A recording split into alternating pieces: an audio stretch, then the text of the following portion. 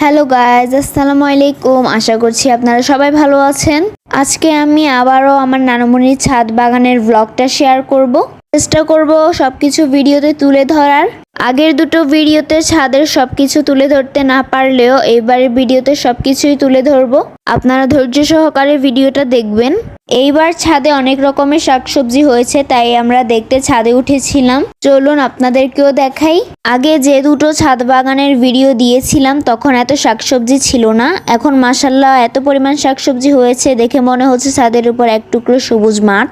এইটুকু জায়গাতে নানুমনি সব রকম শাকসবজি লাগিয়েছে। কোন শাক বা সবজি নেই বলেন?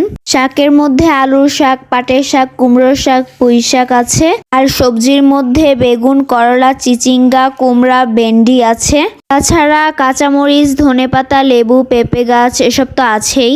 দেখলে মনে হয় না এত কিছুর গাছ আছে। সরাসরি দেখলে বোঝা যায় পরিপূর্ণ একটা ছাদ বাগান। এখন তো বেশিরভাগ ছাদের শাকসবজিই খাওয়া হয়। প্রত্যেকদিন রান্নায় ছাদের কোনো না কোনো শাকসবজি থাকেই। আমরা এইখানে আসার পর থেকে এই পর্যন্ত পুঁই শাক আর পাটের শাক খেয়েছি। শুধু যে আমরা খেয়েছি তা না, ভাড়াটিয়া থেকে শুরু করে অনেক আত্মীয় স্বজনদেরকেও নানুমনির ছাদ বাগানের শাকসবজি দিয়েছে। ওয়ারিশা ছাদে আসলে উপরের ছাদে একবার হলেও যাবে। এই যে সে উপরের ছাদে যাচ্ছে। সে একবার উপরে যায় আর একবার নিচে নামে। ছাদে আসলে সে এরকম দুষ্টুমি করতেই থাকে। এদিকে যে লতা পাতাগুলো দেখতে পাচ্ছেন, এগুলো হচ্ছে আলুর শাকের লতা। এত পরিমাণ ঘন হয়ে গিয়েছিল আলুর শাক, তাই নানুমনি অনেকগুলো তুলে ফেলেছে। আলফিদাকে এখানে আটকিয়ে রাখা হয়েছে, কারণ ও ছাদে আসলে প্রচুর দুষ্টুমি করে। আমরা যতক্ষণ ভিডিও করছিলাম ততক্ষণ ওকে এখানে আটকিয়ে রেখেছি, যাতে সে ছাদের কিনারায় না চলে যায়। যাই হোক, আলফিদা এখানে আটকে থাক, আমরা আবার ছাদ দেখে আসি। এই ছাদ বাগানের জন্য নানুমনি অনেক পরিশ্রম করে। দিনের বেশিরভাগ সময় এই ছাদ বাগানের পিছনেই কাটায়। যাই হোক, বেগুন গাছ থেকে অনেক বেগুন খাওয়া হয়েছে। এখন দেখছি আবারও বেগুন গাছে ফুল দিচ্ছে। মরিচ গাছ, লেবু গাছ, পেঁপে গাছ এসব গাছেও দেখছি ফুল আসছে। এই গাছগুলোকে টিকিয়ে রাখতে নানুমনির অনেক কষ্ট হয়েছে, কারণ নানুমনিদের বিল্ডিং এর মোটরের পানিতে আয়রন অনেক বেশি, তাই মোটরের পানি গাছে দেওয়া যায় না। সারা বছর বৃষ্টির পানি সংরক্ষণ করে রাখতে হয় গাছে দেওয়ার জন্য। এছাড়াও আরো অনেক পরিশ্রম করতে হয় নানুমনির। যারা গাছ রোপণ করেন তারা তো জানেনই। এখানে নানুমনি বলছিল সবাই একটু একটু করে বীজ রোপণ করতে।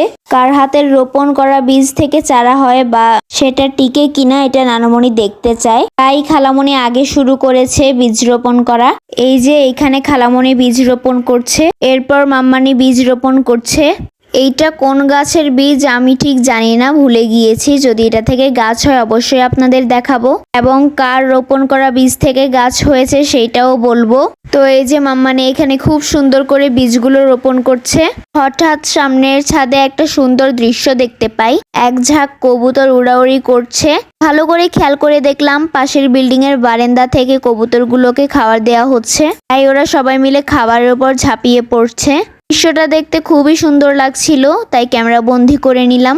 আর এইদিকে উপরের ছাদে একটা ফুল গাছে কি যে সুন্দর একটা ফুল ফুটে আছে। কেউ একজন মনে হয় ফুল গাছটা লাগিয়েছে, কে লাগিয়েছে জানি না।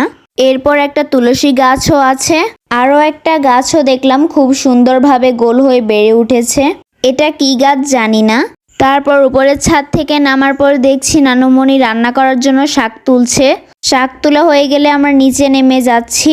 মরিচ গাছের লাল কালারের সুন্দর একটা মরিচ দেখে সেটাও তুলে নিয়ে যাচ্ছি। তো গাইস, সবাই ভালো থাকবেন, সুস্থ থাকবেন। আসসালামু আলাইকুম।